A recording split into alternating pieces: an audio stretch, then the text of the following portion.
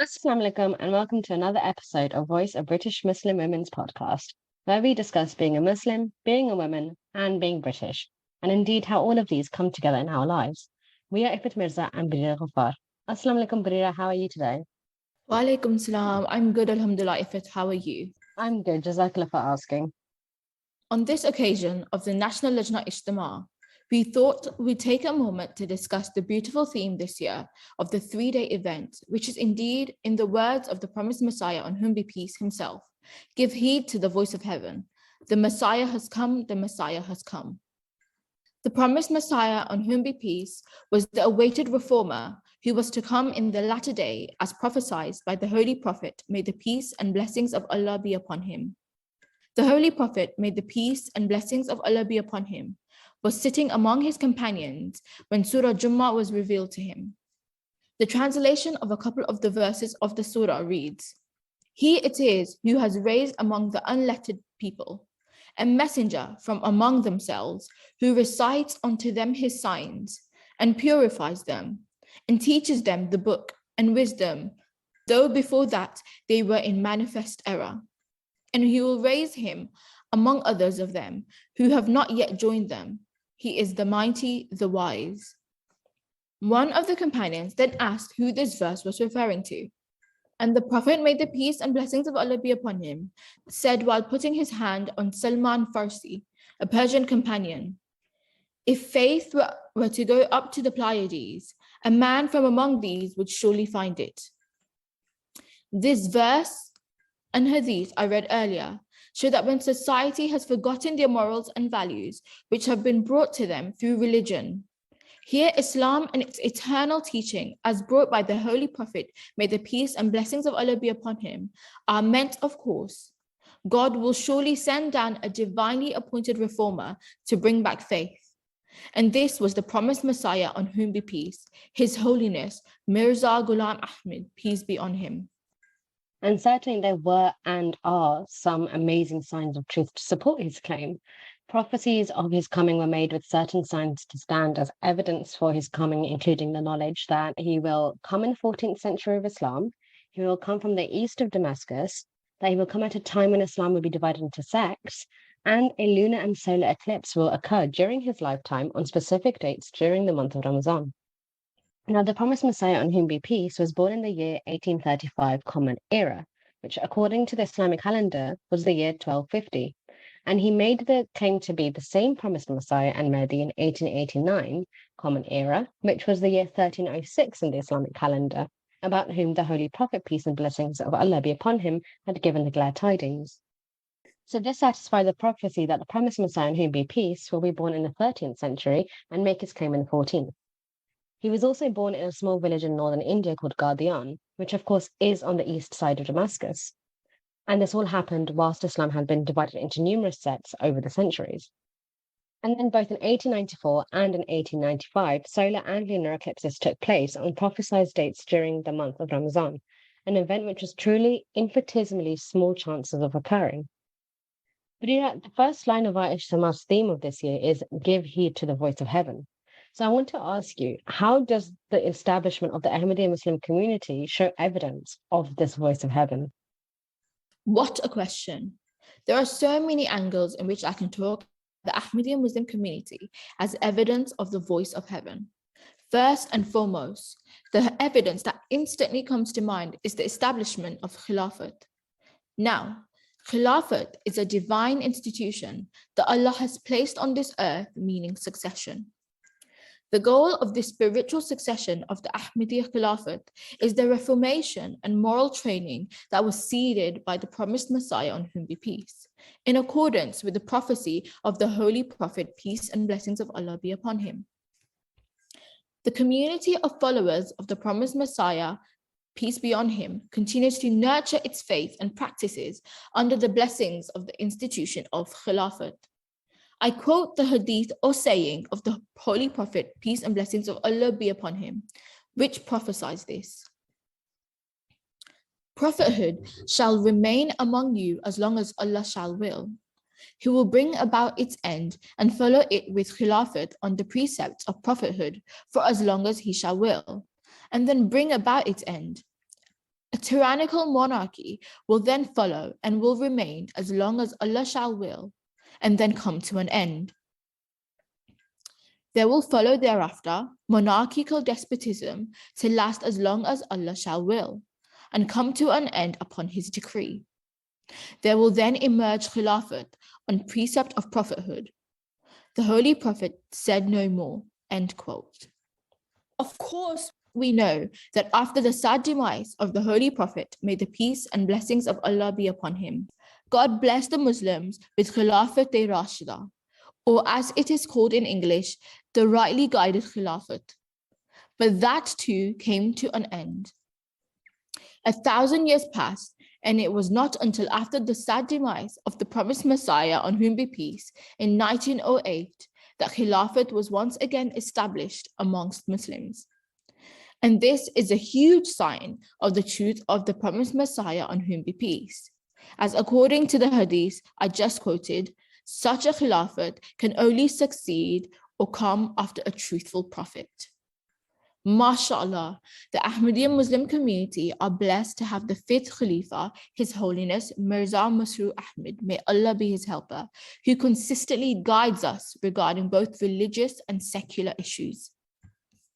Yes, certainly, Bareera. We are very blessed to have a Khalifa, especially as women, because he highlights in his discourses and addresses, laying emphasis on the true teachings of Islam, which hugely protect and uphold women. And even just last month at the UK's Jalsa Salana, His Holiness, not only in his address to the ladies, but also in his concluding address, stressed the rights that women have been given in Islam by God himself. I think it's also worth mentioning another example of how the establishment of the community is indeed a manifestation of a true prophet, is that by the grace of God, it has spread across the world. The community has a population in the tens of millions, spanning over 200 countries, and it is the fastest growing community within Islam, which I think is certainly a testament to God's will and the truth of the promised Messiah, on whom be peace. Without this divine truth, how else would a figure from a remote village in northern India from over a century ago have been able to have this sort of impact around the world? Apart from spreading the message of the true Islam, the Ahmadi Muslim community has built over 16,000 mosques, 600 schools, and 30 hospitals. The community has also translated the Holy Quran into 70 languages, including Braille. And Iffat, of course, another sign of such divine truth is this very Ijtema. We can see women coming from across the country to learn from one another and attend an event which is held for us to come together and participate in annual competitions. We take part in events which include public speaking, Quran recitation, quizzes, and more, and in the process spiritually rejuvenate ourselves. There is no other event on such a scale for Muslim women outside the Ahmadi Muslim community. Here we are, seeing a great spirit of togetherness and sisterhood, which can only have lasted and indeed flourished over a century if it were the will of God and had his support. Bareera, this is certainly a very exciting time, especially after 3 years of a pandemic. The Lajna Ijtema is truly a blessing, and I think after 3 years, we are able to appreciate that more than ever. It's so empowering to see that this event has always been organized entirely by women from a multitude of backgrounds in order to create a space which is not only safe, but actually encourages bonds of sisterhood and creates an environment for growth. So as you can see, there are multiple events taking place today, competitions, exhibitions, student talks, etc. This is a place where we can see what women are truly capable of when working outside the shade of men, which is certainly the way that the Caliph of the Ahmadi Muslim community, His Holiness Mirza Masroor Ahmad, may Allah be his helper, has always encouraged women.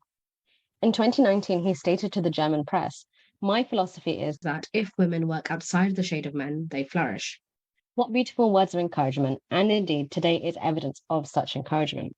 It's interesting that one allegation of Islam is that women are discouraged from receiving both secular and religious knowledge, whereas this event is entirely an opportunity for women to excel in this. Wouldn't you say, Bareera? Yet here we are, gathered at this Ijtema, like you said, from all backgrounds, including working backgrounds, to learn from one another and to strengthen the bond of sisterhood. If one were to look at the life of the Holy Prophet, may the peace and blessings be upon him, one would know that Muslim women of his time excelled in all they did. Take the example of his beloved wife, Aisha. May Allah be pleased with her. She had so much knowledge. In fact, there is a hadith that says one could learn half the faith from Hazrat Aisha. May Allah be pleased with her. She was a wise and learned woman. It is widely known that she used to give lessons on Islam, which even men attended. Exactly. What a beautiful role model Muslim women have. At this Ijtema, you will see efforts made to try and follow her blessed example, as women have gathered to hold numerous presentations and speak on our topic on the coming of the promised Messiah, peace be upon him. Each participant and speaker will surely contribute to a much larger conversation of such magnificent truth. The spirit of sisterhood really comes to light through such conversations as Lajna members learn from one another, and of course, it is a very empowering environment for our student Lajna and even our Sirat, that is the girls under the age of 15, to learn from. It's truly a space where all women can come together to participate. The environment here is definitely welcoming and open to all Lajna members who wishes to learn. As you know, competitions are held in different areas, including recitation of the Holy Quran, poetry, and speeches, which of course this year are all about the coming of the Messiah, on whom be peace. The competitions are a fantastic way to learn from one another and even be inspired by one another. Islam certainly encourages this sort of healthy competition, as it says in the Holy Quran, chapter 5, verse 49. And we have revealed unto thee the book, comprising the truth and fulfilling that which has revealed before it in the book. And as a guardian over it, judge, therefore, between them by what Allah has revealed. And follow not their evil inclinations, turning away from the truth which has come to thee. For each of you, we prescribed a clear spiritual law and a manifest way in secular matters. And if Allah had enforced his will, he would have made you all one people, but he wishes to try you by that which he has given you. Vie, then, with one another in good works, to Allah shall you all return. Then will he inform you of what therein you differed. So we see that to vie then with one another in good works is an opportunity for us to be in the company of those who are spiritually inclined, which should inspire us to also adopt good ways. Such company, and therefore healthy competition, is most beneficial for society, as it encourages good morals and spiritual favor amongst people. Jazakallah, Bareera. What a beautiful verse you've just quoted. I'm afraid that is all that we've got time for today. But do be sure to check out all of the events at the Ijtema and tune into the wonderful presentations, which certainly will be filled with knowledge. We've been Bareera and Iffat on the Voice of British Muslim Women podcast with our National Ijtema special. We hope you enjoyed the Ijtema and reap the many spiritual benefits from such a blessed occasion. Assalamu alaikum. May the peace and blessings of Allah be with you.